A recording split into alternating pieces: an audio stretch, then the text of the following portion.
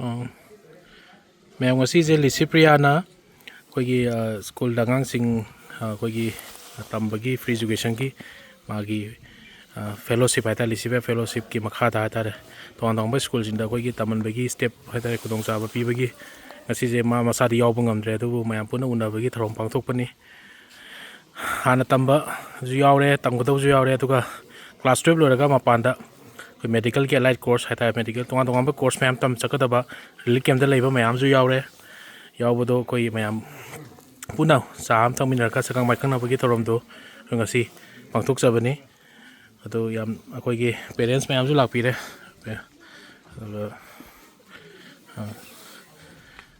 ओजा कई फावगे हाबिता हाबिरंगेरा ते सिपियाना तौरिबा थबकसिंगसि yam nungayo phaugi so karma ngang no yaw ja gitanjali kai ozana phamoi da phawda kai kai sum mase magi study ja ina makha khan mangamoi da bai kham yam nungai to do adu andiki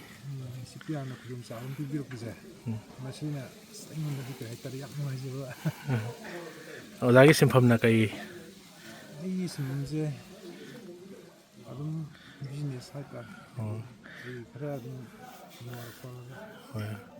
अरे ओजाजे relief कनोदा कई मोरांग पुरेनोम दे email sangkumagi लेकिन live okay अदेगे दोनी कई मपादी कई फावगे पेता है बिरो yam nungai phawe maina sipiana tawraga ai sum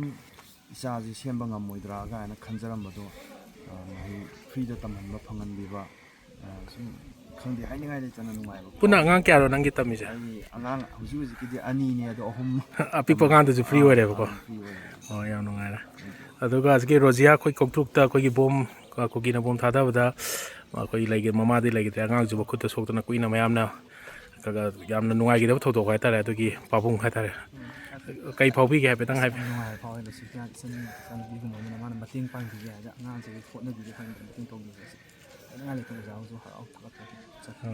yam nungai kai sim pham da le bi ro ja ai keno da ji isagi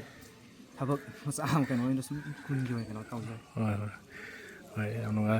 happy happy la kira Johnson ki Robi kanta ki khangde haningai le kana ngai ba pinda pukse hai tare koina tawning ba kya to bangam chudabado sana mating pambira kanda kana to bi siam khoi jo di haningai le tre man nai tre hai tare yang nungai se hai palen ki si di kai haning gole ai su yam nungai jare isi siana sumaina tawrakpase angang gi school gi mateng panglabsi yam nungai jare yam harau jare mazumi mang thongna mai pakwa taw khudingda mai pakko oisunu na haijani hoi moi gi nangang ji school jina khajipudi kharabri tawbira ba moi gi je phi angang hum tamba jan pam sa ni na mayam boi ba aduga ahan du na mu boarding gi free waraga mu tuition gi fee oi da ba ama na mu emission tuition je free waraga boarding oi da ba mana kar ultra mating udi pangbi ba school du na ko ngam bakra